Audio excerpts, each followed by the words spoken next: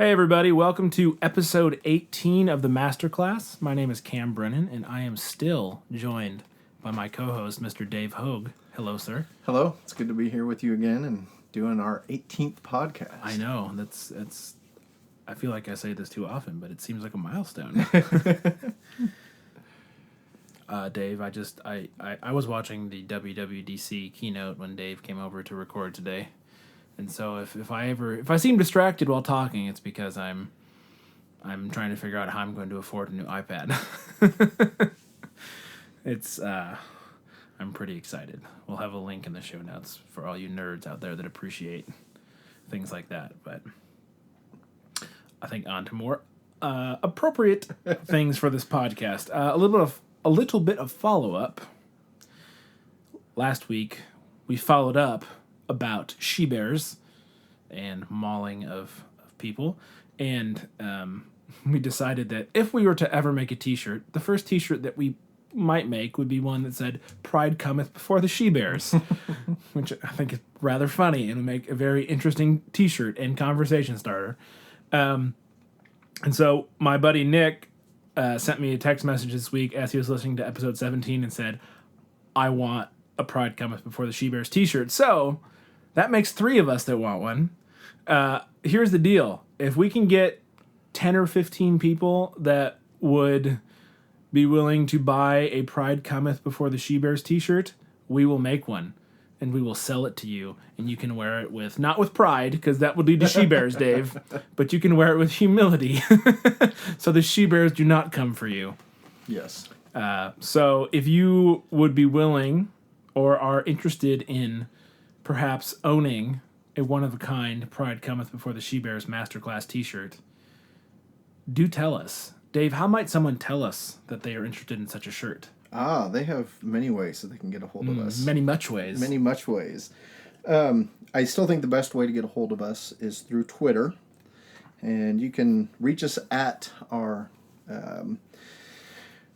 Twitter handle that is for the actual class, and that is at MasterclassFM. If you would like to get a hold of Cam in particular, that is at Cam Brennan, or you can reach me at 108HBO. 10 and HBO are the actual letters, 8 is the number 8.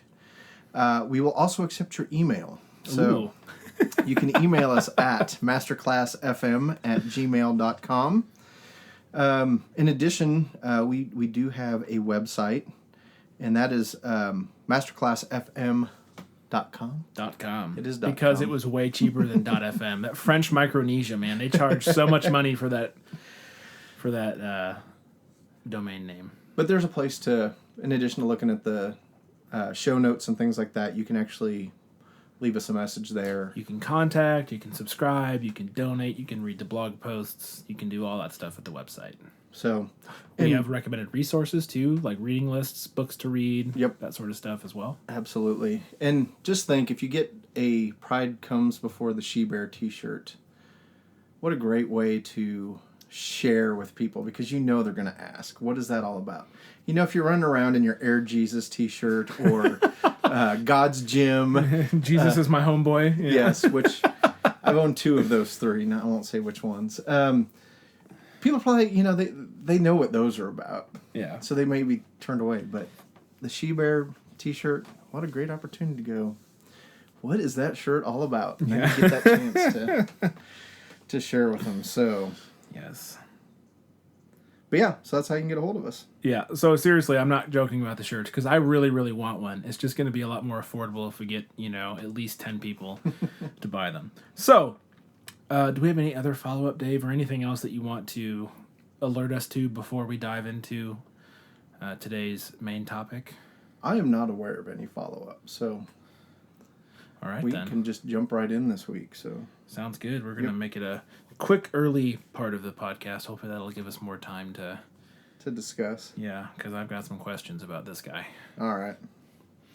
Would you do us the honors? I was going to say, I will read Matthew 6:19 through 24. And once again, we're reading from the ESV, which I will say this. I have noticed it's very similar to the NIV. They're similar. That's all I'll say. they're similar. This is one of those verses where I read multiple different translations as I was looking at it. So, anyway, here we go. Verse 19. Do not lay up for yourselves treasures on earth where moth and rust destroy and where thieves break in and steal. But lay up for yourselves treasures in heaven, which neither moth nor rust destroy and where thieves do not break in and steal. For where your treasure is, there your heart will also be. The eye is the lamp of the body, so if the eye is healthy, your whole body will be full of light. But if your eye is bad, your whole body will be full of darkness. If then the light in you is darkness, how great is the darkness? No one can serve two masters, for either he will hate the one and love the other, or he will be devoted to the one and despise the other. You cannot serve God and money. All right. First question, Dave. Yes. Does this mean that we shouldn't save up money or invest? Because you could read it that way, maybe? You could read it that way. Should we? Are we supposed to? Yes. The short answer is yes, we should. And the answer to the question is no. Because the question says, does this mean we shouldn't save up money or invest? So I would say yes, you should save your money. You should invest. I haven't spent a lot of time with his stuff, but I do know that Dave Ramsey is a good resource for some of that kind of thing. I think if you look at the Bible as a whole, that there's definitely this sense of working hard and having a job and earning a living so that you can provide for yourself and that you can provide for your family is a very biblical principle. I even think that it is what we are. It is what we are supposed to do. I started to say what we're designed for, but if I think about the Genesis story, I think work came after the fall. I'm going to disagree with you. I was going to say, well, I'm thinking through this. I said I was about to say. Because Adam had jobs before the fall. Yes, he did. They were naming the animals and all that stuff. It's just after the fall, they sucked. It became yeah. labor. So yeah. So I guess I will say we are designed for work. And I even think it goes to a lot of that initial premise of what brought us to doing this class of just, the Christian faith being a thinking faith. And I think there is a very real aspect of our faith, our journey is played out in the job that we do. And we spend a lot of time, I will say in general, I'm going to speak sort of for myself and then speak for a lot of conversations with people that I've had of this sense of feeling like you have to be in the right job, in the God-called job. And it seems like me and the people that I talk to, the job you're in never seems to be the job that God called you to. It always seems like there's something better out there. But Dave, the grass is greener on the other side. They use Miracle-Gro. Yes. So my short answer is I do believe that we are supposed to do those things, and I do believe that work is a part of who we are. Okay, well, quick aside, a great book on the idea of work in God and mankind is by Timothy Keller, or Tim as I call him. Every Good Endeavor, we'll have a link to it in the show notes, and we might even have a blog post or something in the future. But I just wanted to let you guys know it's an incredible book. It's really, really good, especially for those of us who go to church where they don't really talk about what faith in the workplace looks like. They want you to be good Christians on Sundays and figure it out the rest on your own. This is a great place to start for figuring out what it means to be a follower of Christ in your place of work. But now back to the question. It says, "Do not lay up for yourselves." This is why I have you read the Bible, because I have a master's degree in it and I can't read it apparently. "Do not lay up for yourselves treasures on earth, where moth and rust destroy, and where thieves break in and steal. But lay up for yourselves treasures in heaven, where neither moth nor rust destroys, and where thieves do not break in and steal." So, my initial question, does this mean we shouldn't save money or invest? Is I'm assuming that's what he means when he says, "Do not lay up treasures on earth." And so I think if you're saying that we're supposed to save money and we're supposed to be wise with the money that we're given so that we can provide for our families, what is the differentiation between saving and being wise financially so that you can provide for your family versus storing up treasures? What's the differentiation there? Because they can easily be confused, I think. On one level, I would say that this is a very, and maybe it's true of everything that we've talked about, but you sincerely have to go before God and ask Him for what He is asking of you. Because I don't think there's anything wrong with having worldly possessions. And I don't think there's anything wrong with having money in the bank. I don't think there's anything wrong with doing well for yourself. I think what it means is, what do you worship? What do you hold as most important? And so if I'm working beyond what I need to provide to my family because becomes a status symbol for me, it's a symbol of my success. If I need the $60,000 or $70,000 SUV because that's going to make me look successful, that is probably the wrong motivation there. If you are and I guess even in that sense, it's an element of, if you have more value in your things, you just hold on to them. I think that's where it really comes from, because you look at throughout the Bible, there are plenty of people in the Bible who have things, and God blesses them. He's the giver of all good things. So I think that is okay. It is, how important is that to you? Does that become your driving force in life, or does your driving force in life to glorify God and to share His love with others? Because you can certainly have things and not be consumed by the things. You can certainly have very little and be consumed by very little. Having traveled to different countries around the world, I see that, just because people are poor doesn't mean that they treasure things more than they should. Just because you have a little doesn't mean you're more holier than somebody who does have. I don't think there's an implicit, just because. Now, if God is calling you to be somebody like a Mother Teresa, which obviously those are few and far between in our world, then, I think Mother Teresa was given the Nobel Peace Prize, and she was given a Cadillac. And so... Seriously? Yeah. Because you get a financial reward, and then you get a... Like, she was the MVP in the Super Bowl. Yeah. She gets... What is she going to do with the Cadillac? Well, she sold it, as you would imagine. I was going to say. But... Oh, my goodness. Yeah, so... honestly, this is one of the things that I've really struggled with, because I've kind of always been of the opinion that if you're a Christian, you should have almost nothing. And as life has gone on, God has continued to bless my wife and I. And we've just kind of been like, okay, God, thank you for this blessing, and help us to use it for your glory, and hold on to it very loosely, because you don't know when it would be gone tomorrow. So, I don't know. Am I answering your question? It seemed like you're... Yeah, no, I'm thinking. I'm processing. You're processing. It's my first day off. Well, that's not true. I had a 4-day weekend a while ago, but Yeah. My brain is still on vacation mode. And as a whole in this country, we are incredibly spoiled. Oh, yeah. And so... What did I just get done spending 2 hours doing? Yeah.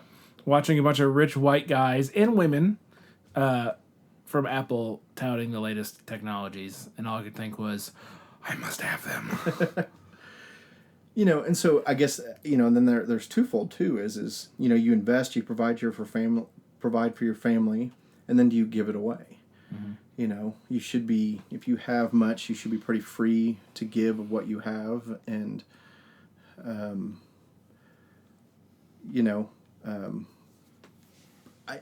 I suck at that. I'm not a good giver. I'm far more generous with my time and my belongings than I am with my money, if that makes sense. Sure. I'll go help you move. I'll help you paint your house. I'll mow your lawn while you're out of town. I'll let you borrow my lawnmower. I'll let you borrow my car to move a bunch of wood. You want $20 for a missions trip? God, I really wanted to go eat Wendy's today. Like, all of a sudden, that generosity is just like, nope. And I think for me, money is a button. Oh, really? Because I like spending money, and I like spending money on stuff that I want. Right. You know, my wife, won't want to go shopping, for work clothes or whatever. And I'm like, but you have this, and that. And she's like, well, I need it for and I'm like, well, that's a really good reason, but I still don't want you to spend that money because I want to spend that money on something I don't need. And so I think the reason why I am so interested in this passage is because I really want to know where the boundaries are here. Like, what can I get away with from a completely selfish perspective and what's, going against what Christ is saying. And based on what you're saying, and I think that you're correct, it's not about where the line in the sand is, about how much you can make or how much you can spend on yourself and how much you should give. It's the motivation of, when it says storing up treasures are things that have value, that that you desire, that you want to protect, that you want to have long term, right? Mm-hmm. Well, the only treasures that you can take with you from earth to heaven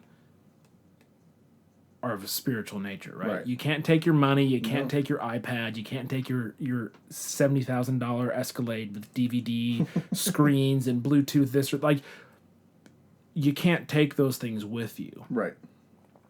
And so when it's telling us not to lay up treasures on earth, but to lay them up in heaven, where the physical things that are going to destroy anything we have on this planet don't affect it, to me it's saying the things like that have ultimate value, the things that we cherish, the things that we strive for, are the things that are going to last eternally. Right. And my iPad is not going to last eternally, right? Yeah. Apple is not going to last eternally.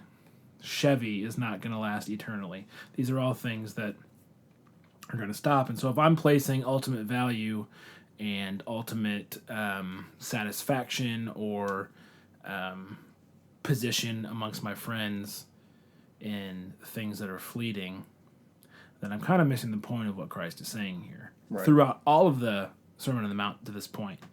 He's almost saying, you've heard it said, have nice things and put your value in nice things. But I'm telling you, it doesn't matter if you have nice things or not. It's more important that your value and your ideals are placed in me. Absolutely. And let me provide for you, like the Lord's Prayer says. Like, he says, you've seen the lilies of the field and the animals, and they're provided for you. How much more does God love you than one of them? Like, God will provide what we need, and it's he's encouraging us to let our motivations be pursuing him and pursuing him and pursuing him, and not how can I keep up with the Joneses. Right. Yeah, and like I said, there are certainly people out that are probably called to do that. To be at a point in their life where they really have to depend on God to provide. It might even be a season for somebody, where for a time in your life you have to, really allow God to provide for you, which I truly believe He will do. So yeah, and I would, there are probably blessings that come from some people that do nothing but that. Nothing but allowing God to meet their prayers. And I'm thinking of somebody, and I'm wondering if I'm getting my historical figures mixed up or not. But are you familiar with Reese Howell, intercessor? No, but you brought him up a couple episodes ago.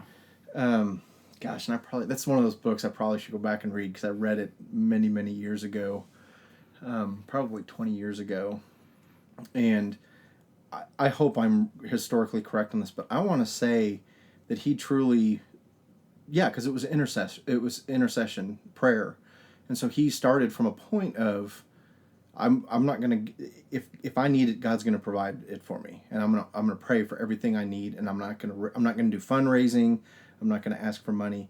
And sure enough, God provided him with everything he needed, to the point where he ended up starting a college, had more money than he needed to start an orphanage and that sort of thing. So there's a very concrete examples throughout history of biblical Christian people that allowed God to provide for them. So that is certainly a call that God places on some people. But I still think it comes down to where's your heart and what's your focus on. If you have things and that's what you're worshiping, then not good. If you don't have things and you're worshiping things, not good. Paul talks about being content in plenty and in want. So, and he knows what it's like to be content in plenty and in want. Mm-hmm. So, yeah, and I mean, I very much believe that you had to give up everything and be poor to really follow Jesus. Like I believe that was, those two things were inherent in each other. And I just feel like throughout my journey that God has showed me that is not the case. I also think sacrificial giving is important too. Not just giving, but giving beyond the point where you are choosing to give up something so another person can have. Yeah, it's hard. Yeah, so we're helping to plant a church, and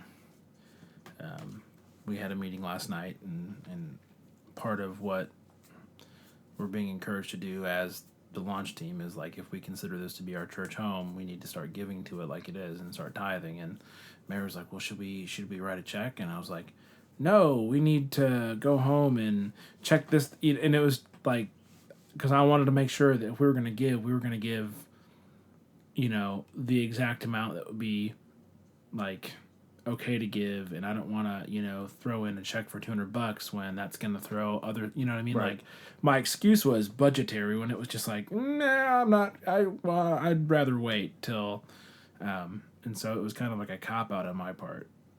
Yeah. Because, again, giving people money is hard for me because I'm selfish about it. Yeah. But moving on. So, treasures in heaven. How do we store these up, or how do we get the treasures in heaven that are talked about here? I think that we try to live a God-centered life, where our time with Him is not just when we're with other Christians. We're not just on Sunday mornings, not just not just when it's convenient to be a Christian. I think it's having, and this is again central to what we're talking about here. It's what Jesus had to say has an impact on our lives, and so, and I've totally lost my train of thought. What was the question again? How are we supposed to store heaven treasures in heaven? I don't think we do. I think we live a life that is focused on Him and allow Him to deal with it, take care of that for us. I do think that's kind of His decision, how He wants to reward us, and I certainly believe that making decisions here on earth will have an impact on what we have in heaven. And if you're in the room next to the icebox or not. Yeah. And so, yeah, and that's, I believe that there's salvation for everybody. I believe there's going to be joy for everybody up there. But I also believe that there's going to be certain things that certain people get to do that not everybody gets to do. Do I have a strong basis for why I believe that? Probably not. But ultimately, I think that's up to God. But I certainly think there's going to be greater rewards for the way somebody lived their life, like a Mother Teresa, versus somebody that makes a decision towards their end of their life to accept God as their Lord and Savior. That salvation is going to be there, and that eternal life is going to be there. but I think there's going to be access to certain things that just are for a certain few. And in God and His infinite wisdom, can have a place where jealousy doesn't exist. That people are truly happy for the person that has those kinds of opportunities in heaven. Interesting. That might be something worth following up on. Yeah, I should Doing probably some research. give you some of my scriptural basis behind that. Besides just going, that's what I think. Well, I see in verse 21 it says, "For where your treasure is, there your heart will be also." And so, if we're supposed to lay up treasures in heaven as opposed to here on earth, it means that our heart has to be focused on heaven and not the things of earth, if that makes sense. So, like what is at the core of our being and our soul is focused on eternity and not on necessarily the temporal things of earth. Not to be so flippant as to say, well, I'm so focused on eternity that I'm going to stop paying my student loans and stop paying my taxes, because that doesn't matter in the long term, because you're going to put your family in a really bad position, right? So it's this idea that we do what we have to do on earth to live, but our heart, our long-term focus, our desire is on the things that are going to transcend time and be with us in heaven. And we even, Christ says, "Give to Caesar what is Caesar's, and give to God what is God." Like, do your part here in society to contribute to society, to live within the law of the land, to be present in the ways that are necessary, but to be present even more so in the things that are going to continue forever, which would be being with God in eternity. So, as much as I would like a 3-step process for how to lay up my treasures in heaven, like just a little finger roll into the heaven bucket, I think that honestly, like with most things in Christianity, there is no simple 3-step process, because that would defeat the whole purpose. It is a matter of the heart. And if we read throughout the Old Testament and the New Testament, it's always about God wants to get to the root of the problem of sin, and that is in the heart. And that is where the human condition comes in, and the problem of human nature, and good and evil, and all of this stuff. We try and make it about the ephemera, the things that surround it, where we live, how much money we make, who our friends are, how diverse our culture is, and how progressive or conservative we are, and those are all factors, but they're all symptoms of or reactions to what's going on in our heart. And Christ has always been about getting to the heart. Forget the rest of that stuff. We'll deal with it later. Not that it's unimportant, but the most important thing is that our heart gets corrected, and the rest of that stuff will work itself out. So yeah, I agree with you that there's no real easy answer to how we do that, laying up treasures in heaven, other than to say, if we're serious about it, and if we take His words to be true, then we have to be willing to do the hard stuff, which is opening up the heart and discussing the things that make changing difficult, and being willing to let God work in the most sensitive, intimate areas of our lives. Yes. And it's a lot easier to cover that stuff up with money than it is to let God come in and... Right. I grew up in a well-to-do suburb of Detroit. Best schools in the state, lots of money, anything you could ever want. 12 minutes from there, there's this road that separates Grosse Pointe from Detroit. It's called Alta Road. And you go from $500,000 to $1.5 million mansions, Bugattis, Maseratis, Porsches, BMWs, Mercedes. And then you cross the road and you've got burned down crack houses, cars on cinder blocks. Murder rate is, probably 60% higher, going from 0.01 to within a 12-foot span. And it's easy to see the differences on the surface between the rich white people and the poor black people in this situation in Detroit. But one of the things that I grew up, or one of the things that I figured out growing up in that area, going to church in the rough part of town and living in the nice part of town and having friends from both areas, is that people are people. Yep. And they have the same problems at the Yeah. root level. The only difference between the poor black folks in Detroit and the rich white folks in Grosse Pointe is that the rich folks got to cover those problems up with nice cars and nice houses. But deep down, the same thing that causes one person towards a drug addiction, the other person towards crime, or one person towards workaholism and satisfaction and money, and another person in, whatever it may be, is the same root problem. Yeah. They're just covered up in different ways. So it doesn't matter if you're rich or you're poor. The heart problem still exists. Yep. You just have different ways to try and medicate it.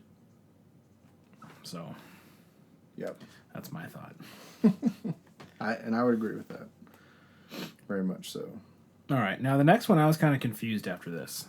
It says, the eye is the lamp of the body. So if your eye is healthy, your whole body will be full of light. But if your eye is bad, your whole body will be full of darkness. If then the light in you is darkness, how great is the darkness? What help, please? I don't get it. I am not going to say that I get it. Because even that phrase, how great the darkness, like goes, ooh. Like I hear that and it kind of makes me go, what darkness do I have in me? And if I have it, how great is that darkness? Because I do believe in the light. I'm going to go maybe a little bit different route here. And I hope, I'm just going to pray that God uses this. On my Twitter account, I follow John Piper, and Interesting choice. he had a little deal, and we'll put this on the show notes as well. 6 wrong reasons to check your phone in the morning. Okay, so Okay. and this is I'm just talking about this. So when I get up in the morning, what is the first thing I look at? Okay, I generally look at my phone, and then he basically says, here are the 6 reasons of what you should look at wrongly. And he kind of has cute little titles for each of these. It's novelty candy, ego candy, entertainment candy, boredom avoidance, responsibility avoidance, and hardship avoidance. And so I think it is, in terms of what do we look at, I'm using the phone and checking our phone as kind of a tangible thing for this. It's what do you look to make you whole, or attempt to make you whole, or to make you have joy in your life and that sort of thing. And I don't think there's anything inherently evil with my iPhone here, because this is where I read scripture. Mm-hmm. I read scripture on my iPhone. I listen to audiobooks on my iPhone. I generally have a Christian.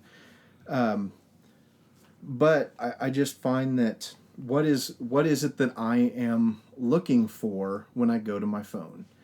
And for me, it is not always to read scripture. That is not the first thing. That is not, and that really should be how we spend our day, or we should start our day.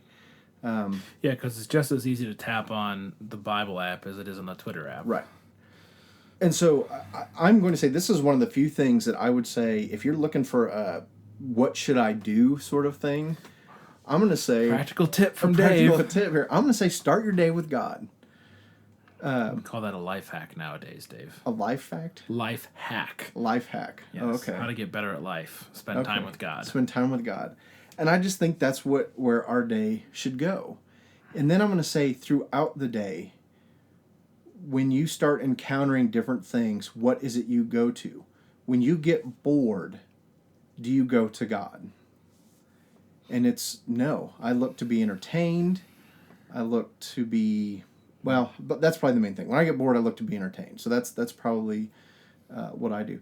When I am stressed out, I have a tendency to do similar things. I have a tendency to look at things that are going to take my mind away from what is stressing me out. Maybe not so much to be entertained, but to put those things out of my mind. To be distracted. Yeah. To be distracted. And so I guess, and I hope this isn't a too far of a stretch, but as I was reading this and I was meditating on it, I just felt like, where do my eyes go? What is it that I go to when I have these different things in my life and I want them remedied? Do I choose material, worldly things, or do I choose God? Mm-hmm. And I would say that an awful lot I choose the material, worldly things, and can't think of one time where that has lasted with any amount of substance. In the moment, do I like it? Probably. Yeah. But does it last? No. You know, and I know that there are plenty of people in this world that, you know, when you're feeling down, do you go shop to make yourself feel better? Mm-hmm. You know, do you go get a hamburger and fries to make yourself, so good. feel better? Do you go have a beer to make yourself feel better? So I'm not sure I'm correct on this, which I will note that was one of the things that Cam prayed for us as we began our time together, is just that we don't have to be right.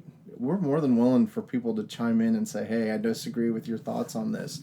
But our desire is to be sincere in what our answers are, and hopefully pointing people towards God. And so if this isn't spot on, if I'm on this total random tangent, then let us know. Well, I think it's an interesting way to look at it, and I'm going to go ahead and agree with you, because like it makes, I never would have thought of this, but it makes sense. So the eye is the lamp of the body. So that's like a lamp obviously lets you see correctly what's in front of you. And it's also, for those of us that have sight, the main input mechanism that we have as humans. Mm-hmm. Sure, there's sound and touch, but visually, I mean, that's how we navigate, that's how we walk, that's how we balance, it's how we drive, it's how we read, it's how we read other people's body language and faces, and even if you don't have hearing, you can read lips. Like, the eyes are a very powerful input source to what we think, what we know, what we rely on. We trust our eyes inherently, right? When I'm walking down the stairs, I'm trusting that I'm seeing the stairs accurately, so I don't fall on my face. Or for that matter, up the stairs. Yeah. I fall just as much doing that. And so, yeah, if the eye is healthy, if what we are choosing to look at, if what we are choosing to put into our minds and into our hearts is good, then your whole body will be full of light. So if we are putting in our bodies through that main portal things that are godly and righteous and good, then we are more apt to send that back out into our world than if I'm looking at things that I shouldn't. Like if I'm looking at porn, or if I'm looking at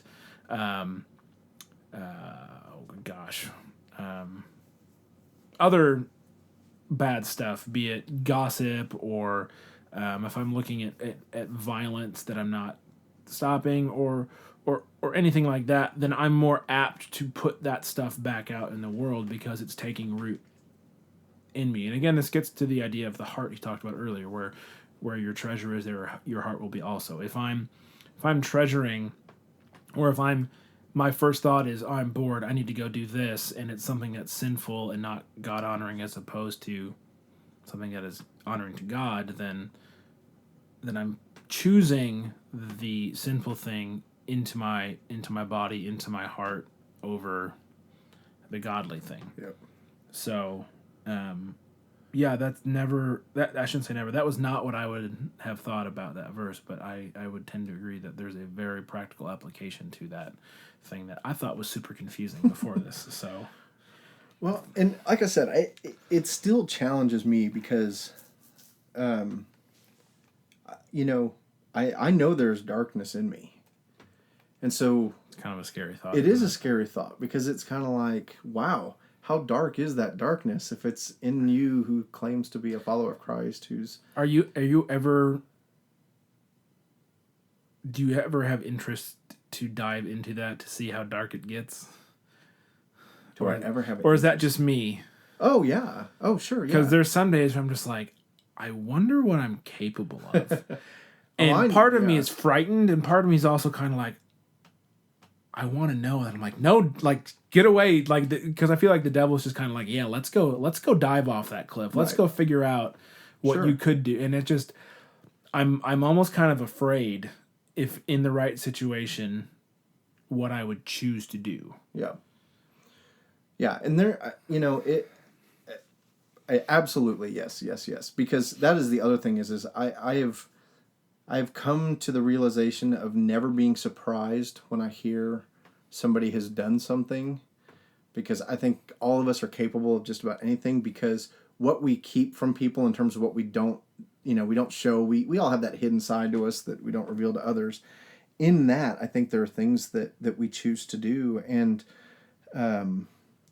I've had, I work in a very secular place, and I've had people make the comment to me of, Dave Hogue would never cheat on his wife. And and it's has been said to me more than once, and I am just always like, don't ever put me in that category. And people are kind of like, well, why would you cheat on your wife? And it's like, that is not my desire. I can genuinely say that is not my desire. But to say I would never ever do something like that, I said, I am fully human, and I'm fully capable of doing the very thing that you would say I would never do. And that seems like the way it always is the very thing that you're like, this person would never do X. It's like the big red button. Now you have to touch it. And so it's just like, yeah, I love my wife dearly and would never imagine of doing something like that, or never desire to do something like that, But in those dark places, who knows? And so, I don't know. I'm rambling here a little bit, but yeah, there is darkness in all of us, and it's truly amazing what the human spirit, our sinful nature, could do. And especially when you see people out there doing it poorly. That's the other thing too. I have that jaded side of being a police officer where you see people do a crime and they do it poorly. It's like, God, if you would have just done this, you could have totally gotten away with it. Yeah. So. We've had conversations about that in the past. Yep. So if we were to rob a bank, this is how we would. But we're not going to. Don't worry. Especially now that we just talked about it on the internet. Yep. We just got the NSA to listen to our podcast. We just went on a list somewhere. Yep.